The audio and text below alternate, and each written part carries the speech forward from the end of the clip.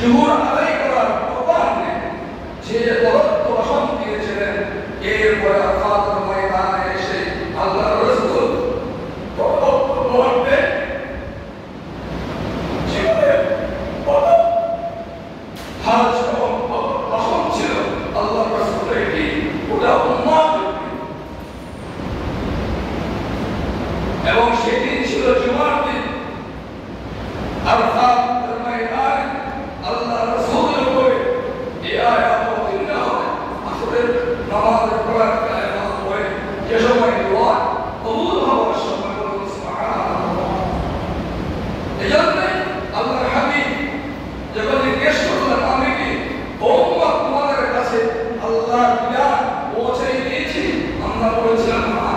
রাসূলুল্লাহ বলেছিলেন আল্লাহুম্মা শাহ আল্লাহুম্মা শাহ আল্লাহুম্মা শাহ। হে আল্লাহ তুমি সাক্ষী রাখো তোমার বান্দা উম্মত মুহাম্মাদিয়া সাহাবায়ে কেরামরা ঘটনা দিচ্ছে আমি পৌঁছে দিয়েছে একবার বলুন না সুবহানাল্লাহ। এরপর আল্লাহর হাবিব কুসংস্কৃতি শোনেন বারে রবিউল আউয়াল শরীফ পৃথিবীর জমিন থেকে অন্তরায় হয়ে যায় ইন্না লিল্লাহি ওয়া ইন্না ইলাইহি রাজিউন।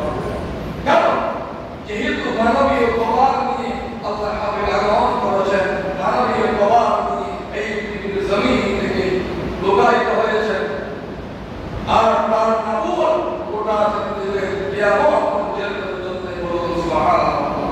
ওই বারবারের ময়দান থেকে যে ভাষণ প্রচারিত হয়েছে, আজ যদি গোটা পৃথিবী জুড়ে সেই ভাষণ অনুকরণ করতো, অনুসরণ করতো, হানাহানি মারামারি সিয়ামারামারি এইবারে সেই মারামারি সবগুলো দূরীভূত হয়ে গেল। আসুন আমরা সেখান থেকে সংক্ষিপ্ত পরিসরে কিছুটা চেষ্টা করি। আল্লাহর হাবিব সরওয়ারে কায়নাত সাল্লাল্লাহু আলাইহি ওয়াসাল্লাম গোটা বিশ্ব মানবতাকে তার দিয়ে বললেন, ওগো আল্লাহর বান্দারা, আমি তোমাদেরকে যে নসিহত করছি, এই নসিহত তোমাদেরকে আর করতে হবে না।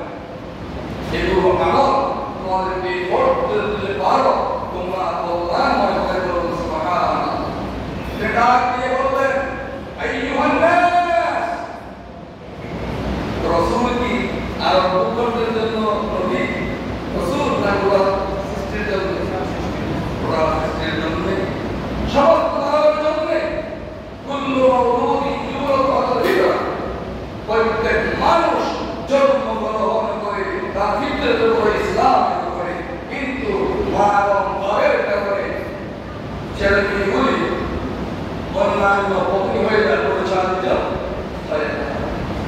তিনি বললেন ইয়া আইয়ুহান নাস, হে পৃথিবীর মানব গোষ্ঠী, তোমাদের রব প্রয়োজন, তোমাদের সৃষ্টিকর্তা পালনকর্তা একজন, তোমাদের বিচার প্রয়োজন। তিনিকে কাকে বলেছেন? তাহলে আদম সাফিউল্লাহ আলাইহিস সালাম, আল্লাহ একজন, তোমাদের পিতা একজন, তোমাদের পিতাকে সৃষ্টি করা হয়েছে পাঁচটা কোরআন দিয়ে, তার মধ্যে একটি কোরআন নাম হচ্ছে মাটি, বলুন সুবহানাল্লাহ। হযরত আদম কবিউল্লাহ, আল্লাহ হাবিবকে প্রশ্ন করা হয়েছিল আপনি কখন থেকে নবী? তিনি বলেছিলেন আদম যখন মাটি ও পানির ফর্মুলার মধ্যে সংমিশ্রণ ছিল, আমি তখন কি ছিলাম? পয়গম্বর। এবং রাসূলুল্লাহ বললেন আজ আমরা অহংকার করি সুন্দর মানুষ কালো মানুষের উপরে, তিরস্কার করি কালো মানুষকে, আমরা বংশীয় মর্যাদায় আত্মগৌরবে শান্ত হয়ে যায়। রাসূলুল্লাহ বললেন আরবের মর্যাদা অনারবের উপরে কোনো মর্যাদা নাই, সুন্দরের উপরে কালোর উপর সৌন্দর্যের কোনো মর্যাদা নাই। একটি আছে, তা হচ্ছে কি ইন্না আকরামাকুম ইনদাল্লাহি আতকাকুম, সূরা হুজুরাত মধ্যে পাবেন। রাসূলুল্লাহ এই আয়াতটি কি বলেন? ওই সমস্ত মানুষ যারা কি আল্লাহ প্রদত্ত, আমি রাসূল প্রদর্শিত জীবন বিধানের আলোকে, নীতির আলোকে জীবন করতে সক্ষম হয়েছে, তারাই আল্লাহর কাছে সম্মানিত। কি বলবো এখন? মুক্তি কি বের হবে? বলুন না সুবহানাল্লাহ। এর যে আধ্যাত্মিকতার কে আছে ভাই? তুমি রিক্সা চালাও, আপত্তি নাই। খতিব সাহেব যদি বেনামাজি হন, খতিব সাহেবের আল্লাহ প্রদত্ত রাসূল প্রদর্শিত জীবনের নীতি আলোচনা জীবন আলোচনা না করে আপনি রিক্সাওয়ালা হয়ে তার প্রতি নামাজ জামাত করেন, আল্লাহকে ভয় করেন, রাসূলকে মহব্বত করেন, আল্লাহকে মহব্বত করেন, আল্লাহকে সম্মান করেন,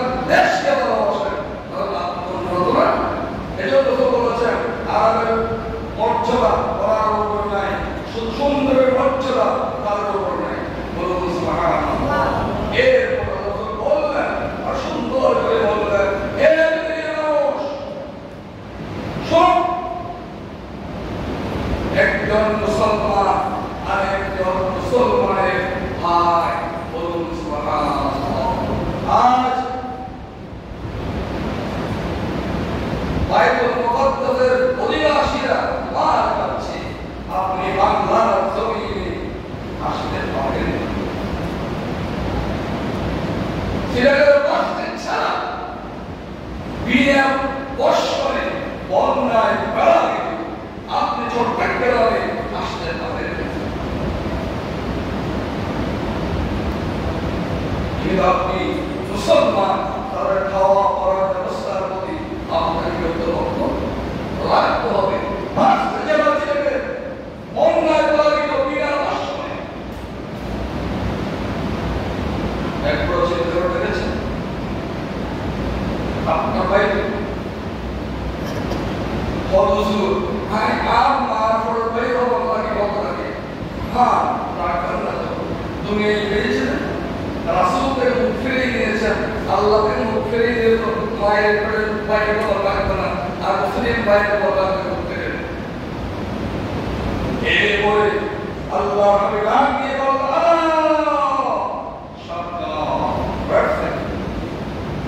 বাংলাদেশের ট্রাফিক ভ্যাকসিন আমরা মানি না, বিশেষ করে দেখেন রাত 3টা বাজে এবং স্তব্ধ ভ্যাকসিন বলেছে ভাবে বলেন সে জানে সেখানে এগিয়ে যায় তার আগে কোর্ট বিল্ডিং হার গাড়ি যাব আইন ফলো আল্লাহ হাবিব ডাক দিয়ে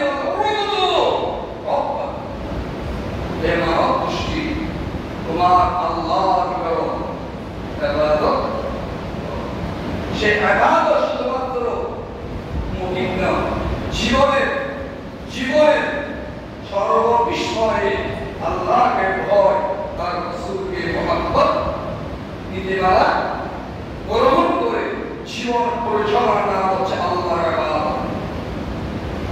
আর তোমরা একটু চলাই দেবেন নাকি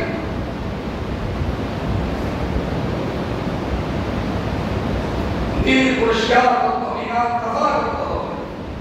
এরপর রাসূল বললেন সাল্লু খামসা, 5 ওয়াক্ত সালাত সময় মতো অর্থ মতো আদায় করতে হবে। তাই নামাজের 13টি আবশ্যকীয় কাজের মধ্যে একটি কাজ হচ্ছে অর্থ সেরা।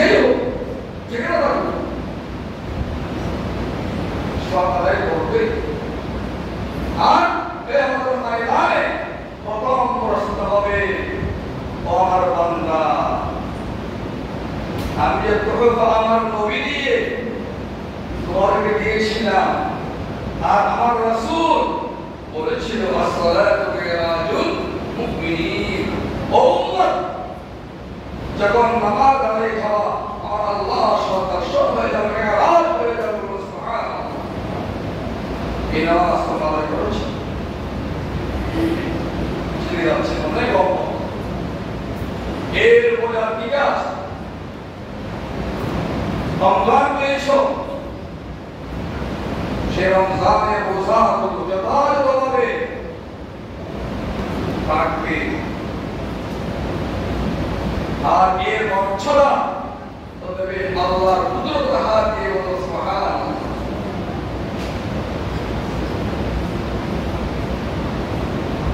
এবার একটা কথা বলে দিই, হয়তো আগামীকাল থেকে আমাদের দেশে শুরু হয়ে যাবে কোরবানির মাস। চেষ্টা করবেন এই প্রথম দশক খুবই পরিবর্তনের কাছে, এই দশকে আরাফা, এই দশকে হজ, এই দশকে রাসূলুল্লাহ বলেছেন তোমরা নফল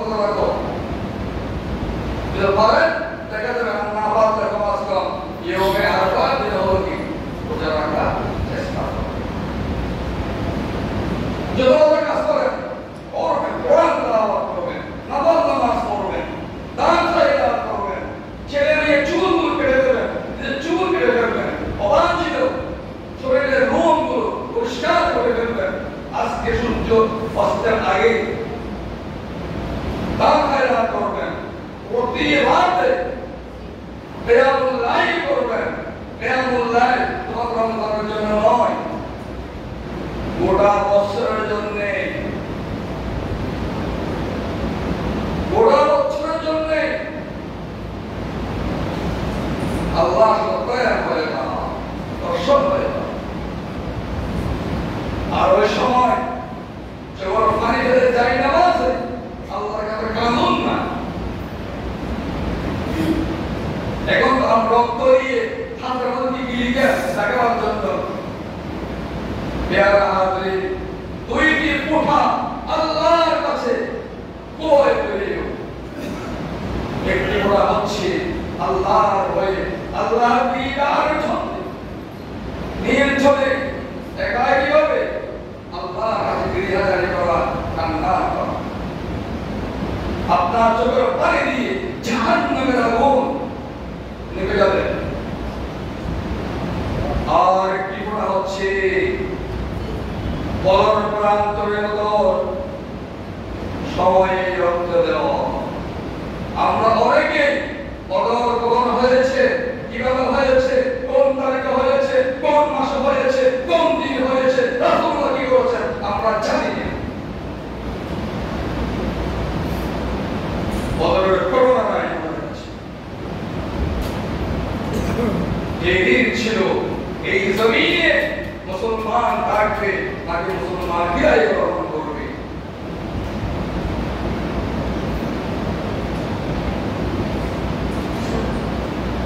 ভাইয়া আমরা দিনের দিকে আসি, ওই সেখানে আছে সবাই রমজান হচ্ছে, বদরের দিবস। অনেক মুসলমান জানে, আমার বাচ্চা জানে না।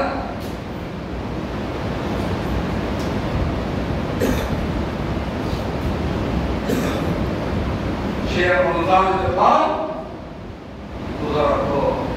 রাসূলুল্লাহ বলেছেন রমজান পাওয়ার পরে আমার ছেলে উম্মত গুনাহগুলো, নিজের গুনাহ, মাওয়ার গুনাহ মায়াদা করে পারে আল্লাহ থেকে, তার চেয়ে দুর্ভাগা হওয়া আর কেউ না। রমজানের কয়দিন কিয়ামত করেছেন? কয়দিন করেছেন? 10 দিন, এক সপ্তাহ কিয়ামত নাই। ওই থেকে শিক্ষা গ্রহণ ছিল, ওই থেকে পর্যন্ত চিনে হাত দিয়ে কিয়ামত নাই কয়বার করেছেন জিজ্ঞেস করুন। কি শিক্ষা গ্রহণ করলেন? প্রশিক্ষণ কি নিলেন?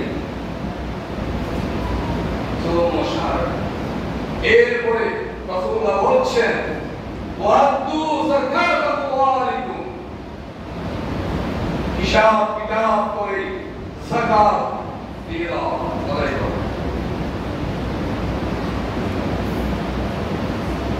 কখন কোথায় হারিয়ে যাবে টাকা বলতেও পারবেন না, বলতেও পারবেন না। আমরা বলি দেশের টাকা পিছনে পাচার হয়েছে, কার টাকা? আমার টাকা না, আপনার টাকা না, কৃষকের টাকা না, মজুরের টাকা না, ছাগলের টাকা না, দুফার টাকা না, তিনবছরের টাকা না, নাকি? ড্রেস দেয় নাই, কাপড় দেয় নাই, বিদ্যুৎ বিল দেয় নাই, লোন বিল দেয় নাই, মোবাইল বিল দেয় নাই, চা দেওয়ার পেট দেয় নাই, গ্রেড দেওয়ার পেট দেয় নাই। কার টাকা হলো? কিভাবে পাচার হলো?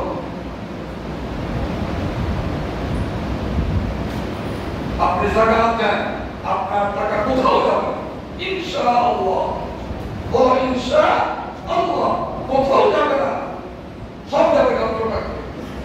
গ্যারান্টি আল্লাহ তার রাসূল বলেন। এবং রাসূলুল্লাহ বলেছেন দেওয়ার পরে কি হবে? তাইয়্যিবাতা বিহাম, তুমি এবং তোমার সন্তান পেয়ে যাবা পবিত্র হয়ে যাবে। সুবহানাল্লাহ। কোথায় আসছে, কত দিয়েছেন, নিজে হিসাব করুন। আল্লাহকে জবাব দেওয়া যাবে কি? এরপরে আল্লাহ রাসূল আরো বলছেন ওয়াতাহাজ্জু বাইদাও, যদি হজ করার মতো যোগ্যতা আল্লাহ দান করেছেন, 5000 বছর পূর্বে ইব্রাহিম খলিলুল্লাহ দাওয়াত দিয়েছেন যখন পৌঁছে যাবে টাকা পয়সা তোমরা করবেন, চিঠি পৌঁছে গিয়েছে, হোয়াটসঅ্যাপে দাওয়াত চলে আসছে, ইমেলে দাওয়াত চলে আসছে, মেসেঞ্জারে চলে আসছে, ভাই বোনেরা। কিন্তু দাওয়াত পাওয়ার পরে বিনিময় বলে দিয়েছেন আল্লাহ ছাড় দেবে না, ছেড়ে দেন, ছাড় দেন। বান্দার তো ধরে দিয়েছে না, কিন্তু তারপরে এই প্রথম দশকের আরেকটি আমল কি করো, হজ করো, উমরা করো। লক্ষ লক্ষ মানুষ প্রদক্ষিণ করছে, এরপরে আর বলে বসে যাবে বাবাই করে যাচ্ছে। রাসূলুল্লাহ মারওয়াহে গিয়ে আসসালাতু ওয়াসসালামু আলাইকা ইয়া তাহা ইয়াসিন ইয়া রাহমাতুল লিল আলামিন ইয়া শাফিয়াল মুযলিমিন করে করে খান্না রোল ছেড়ে দিয়েছে।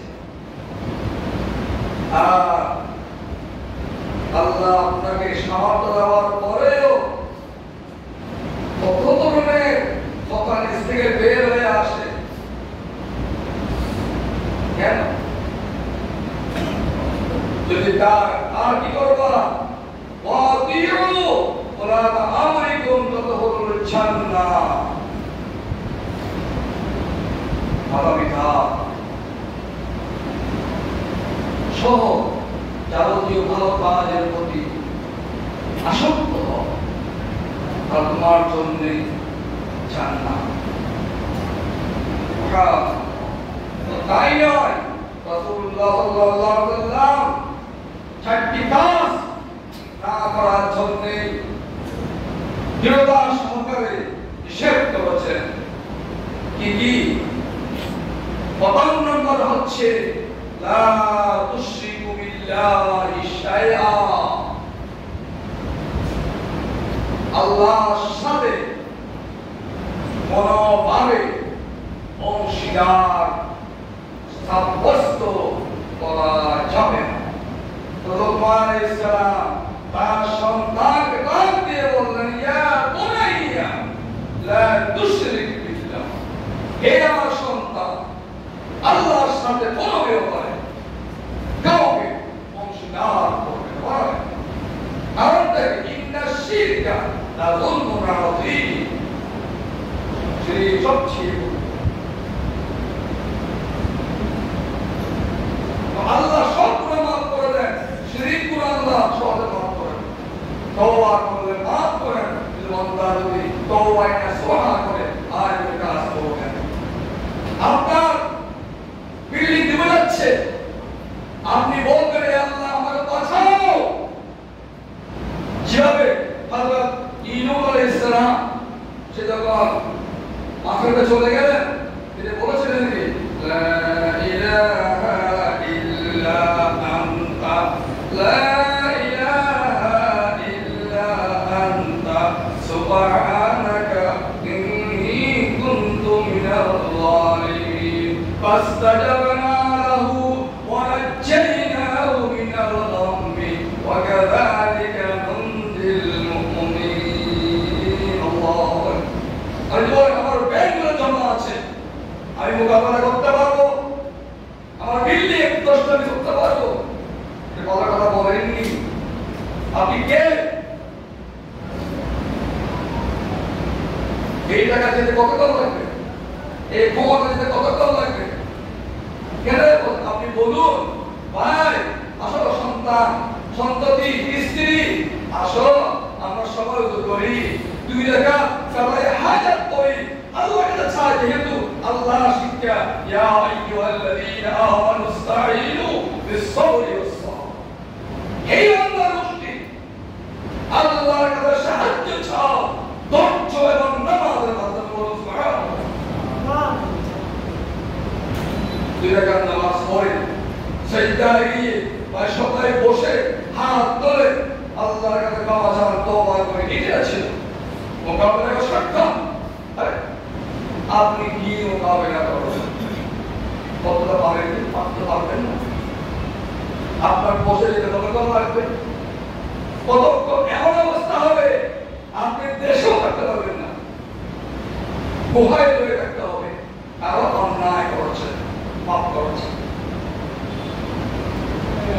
এরপরে আল্লাহর হাবিব সরওয়ারে কায়নাত সাল্লাল্লাহু আলাইহি ওয়াসাল্লাম বলছেন ওয়ালা তাকতুলুন নাফসাল্লাতী হারামাল্লাহু ইল্লা বিল অন্যায়ভাবে মানুষকে হত্যা করো, একজন লোক হত্যা করো, একজন হত্যা করো নাই। তোমার আমার নবী, তোমার আমার সুপারিশকার আল্লাহ দরবারে হায়াতুল নবী মুহাম্মদুর রাসূলুল্লাহ বলেছেন যে অন্যায়ভাবে একটি হত্যা করেছে আমার সমস্ত উম্মতকে হত্যা করার পর কিয়ামতের দিন তাকে গ্রহণ করতে হবে। বলো নাউযুবিল্লাহ, হত্যা করো, তোমার মতো সাথে মিল হয় না বলি আমি তো হত্যা করবো। আর পরে কথা কি হবে না, কি করে কি তাহলে কি শেষ তারা শেষ হত্যা করা সাংবিধানী রোজ অনুযায়ী সাক্ষী প্রমাণ আল্লাহ প্রদত্ত নিয়মকে স্মরণ রেখে পরাকালীন জব বিধিটাকে সামনে রেখে কোন মানুষ সেই আইন লঙ্ঘনে এই দণ্ডপ্রাপ্ত হওয়ার যোগ্য অর্জন করে আমাকে আল্লাহ জানেন।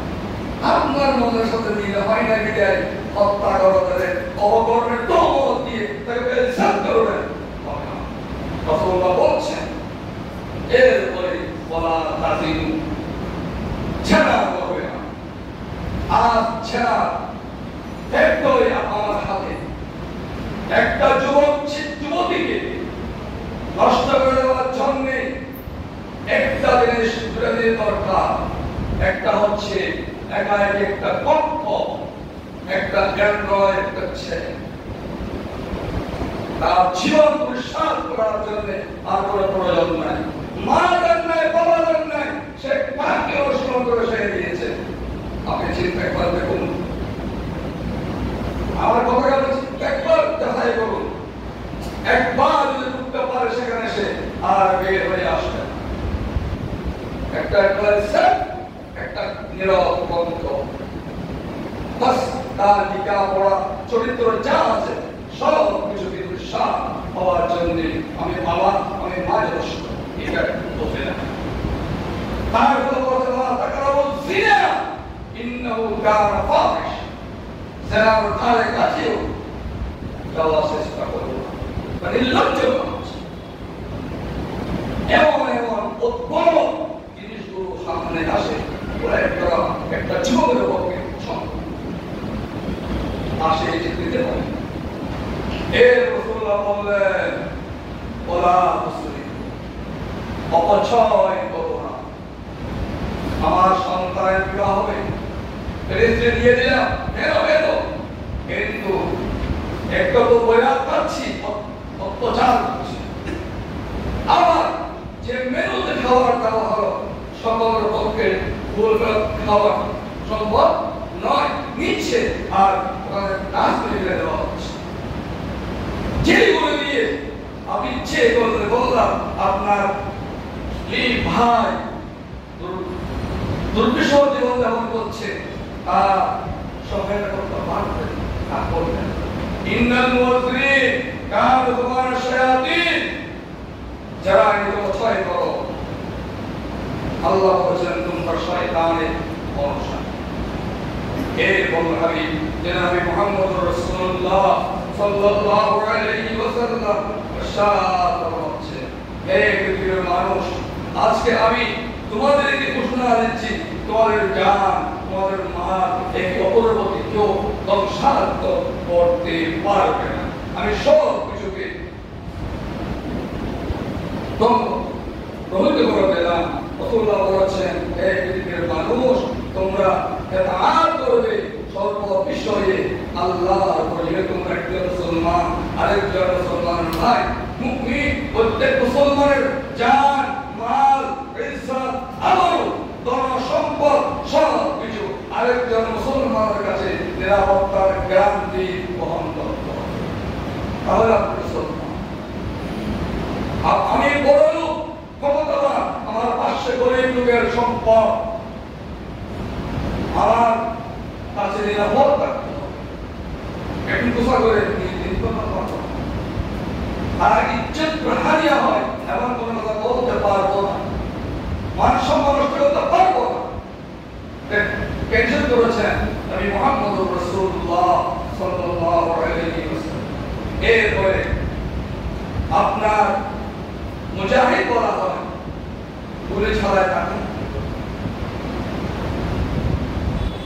মুজাহিদ বলা হয় ওই ব্যক্তিকে যিনি আল্লাহ প্রদত্ত রাসূলুল্লাহ সাল্লাল্লাহু আলাইহি ওয়াসাল্লাম প্রদর্শিত এই নীতিকে গ্রহণ করতে পেরেছেন। কে বড় মুজাহিদ? তিনি কি বড় মুজাহিদ?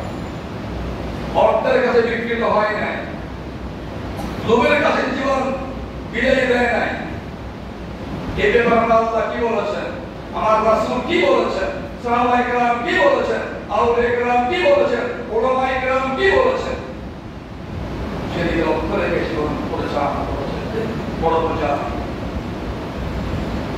আমার বাইরে খবর না, উনি বলেছেন বলেছিলাম মুজাহিদ নয়, আপনারা বলবেন না ঈমান, যে আল্লাহ ভয়ে এক ঘন্টা সীমানা পাড়া দিয়েছে, তার মর্যাদা জানো তো কি বলতে কি বললাম না, আসলে না বলে কথা বলার চেষ্টা করবে না, বুঝবে শুনবে, না বুঝে জিজ্ঞেস করবে, তারপরে কথা বলার চেষ্টা করতে হবে। এরপরে আল্লাহ হাবিব বলছেন যে মুহাজির বলা হয় ওই ব্যক্তিকে যে ব্যক্তি হিজরতের মাধ্যমে নিজের জীবনের গুনাহগুলোকে আল্লাহর কাছ থেকে ক্ষমা করে নিয়েছেন। বলুন সুবহানাল্লাহ। রাসূলুল্লাহ বলেছেন কারো উপর জুলুম করো না, কারো উপর জুলুম করো না, কারো উপর জুলুম করো না। এই জুলুম আমি রাসূল তোমাদের করার জন্য বলিনি, আল্লাহ বানাই প্রিয় হাজির সময়ের সংক্ষিপ্ততার আলোকে মহান আরাফাতের দিবসে আল্লাহর হাবিবের প্রদত্ত ভাষণ থেকে অতি অল্প শুনলাম, অনেক কথা সামনে আছে, যা শুনলাম যা বললাম এর মধ্যে যদি বলতে গিয়ে শুনতে গিয়ে পড়াশোনা হয়েছে, কাম হয়েছে, আল্লাহ পাক এই পাপ থেকে আমাদের সকলকে হেফাজত করুন বলে আমিন। আর যেগুলি আল্লাহ ওয়াহদাহু লা শারীক কে সামনে রেখে নবী মুহাম্মদুর রাসূলুল্লাহ নূরানিয়তকে সামনে রেখে বললাম আর শুনলাম, সেগুলোকে জীবন বেঁধে রেখে আমল করে আমল নমুনা হয়ে পৃথিবীর জমিনে আখির শাহ দেওয়া করার জন্যে হাজির গোটা বিশ্ব মুসলিম উম্মাহকে আল্লাহ কবুল আর মঞ্জুর করুন। আমরা বলতে বলি আমিন।